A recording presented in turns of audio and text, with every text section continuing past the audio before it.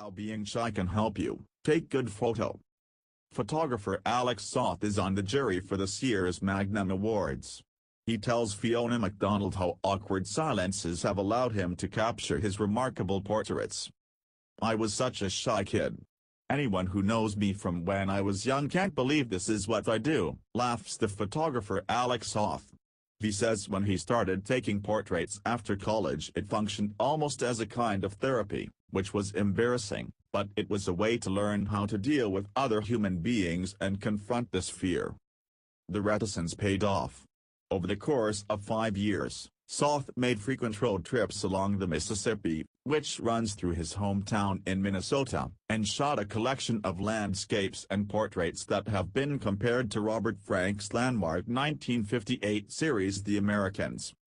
After Soth's series Sleeping by the Mississippi appeared in a self-printed book, he was included in the 2004 Whitney Biennial and offered assignments that led to him joining Magnum Photos.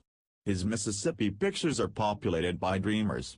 One of them, titled Charles, is simultaneously disarming and mysterious. Why the plains? Why is he standing on a roof? An offbeat moment captured partly because of Soth's shyness. A fan of letting the awkward silences happen, he extends those silences through his choice of camera. From Soth's Sleeping by the Mississippi series, this photo shows a man called Charles on the roof of his home in Vasa, Minnesota. Credit, Alex Soth. Soth says one of the reasons he likes working with a large format camera and tripod is that he can observe his subject while he's setting up the camera. It gives them time to settle, but there's also that existing within the awkwardness. "I've noticed that when you take a portrait, you kind of race through it, to get it over with, because it can be this unpleasant thing. But if you just sit in that awkwardness for a period of time, that's where some of the magic can appear." Soth took that to its limit with the recent project.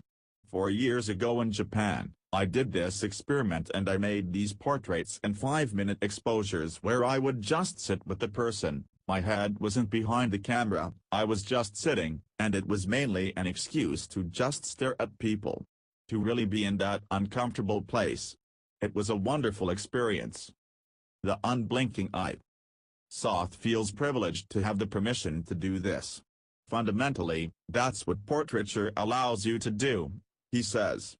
It allows the viewer to have that experience, to stand up close to someone and look at them closely, and just to peer. It's a pleasure. This photo, taken on Palm Sunday, shows Patrick in Baton Rouge, Louisiana. Credit, Alex Soth. Between 2006 and 2010, Soth gained access to a difficult group to reach. His project Broken Manual profiles men who have chosen to hide from the world, hermits, wild men, monks, and survivalists. The images are often eerie. In one, empty coat hangers dangle from a pole attached to 2 sides of cave. Another shows some poignant graffiti scribbled on a wall, "I love my dad Tony. I wish he loved me." It's really about the need to connect under the guise of wanting to run away, says Soth. Sometimes, even in images that are uninhabited, his photos are like portraits taken without people. The work is really about the failure to be alone. "The people that I photographed allowed me to photograph them because they didn't want to be alone," Soth told Interview magazine. "Nobody really wants to be alone. People need people." A 2006 collection, Niagara, shows newlyweds at the honeymooning destination Niagara Falls. Soth has noted that it's also a place where people go to commit suicide. Images of smiling couples and the rose-tinted waterfall are mixed in with a letter asking, "If there was a nice apartment and I have a decent, sick job, would you come home?" Soth photographed Melissa at Flamingo Inn as part of his Niagara series. Credit, Alex Soth. Soth describes the process by which he seeks out subjects as planned serendipity. "A great analogy for me to photography is fishing. You start to learn the lures, the different spots in the lake, the different times of day, this accrued knowledge of the tide. Gone in a flash." Soth took some of the photos for Sleeping by the Mississippi at a brothel in Iowa. In one of them, a pair of women sit side by side, their bare legs overlapping. They are prostitutes, and they are also mother and daughter. For his project, Soth asked his subjects to write down their life's dream. The daughter dreamed of being a registered nurse, Soth told The Telegraph. And the mom said she didn't have any dreams anymore. She was beyond them. We're always in this escapist mode, and the banal is the everyday world around us that's so magnificent if we just pay attention, credit Alex Soth.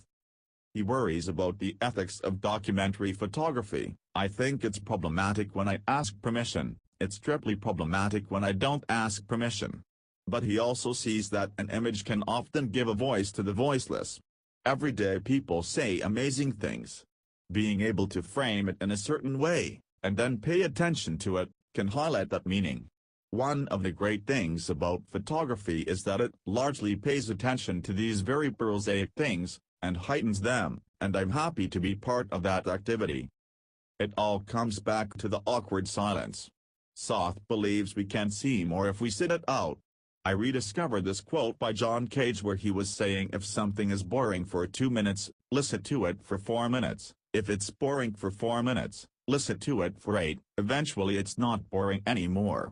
I think that applies to the banal, to what's around us. If you actually spend enough time and look at it in a certain light, it's kind of amazing. If we dismiss something as banal, he says, it comes from not paying close enough attention. BBC Culture is partnering with Magnum, the International Photographers Cooperative, for its annual awards. Any photographer, professional or amateur, interested in entering can apply here. The competition closes on 16th of May, and winners will be announced on 18th of July. If you would like to comment on this story or anything else you have seen on BBC Culture, head over to our Facebook page or message us on Twitter. And if you like this story, sign up for the weekly BBC.com features newsletter, called If You Only Read 6 Things This Week.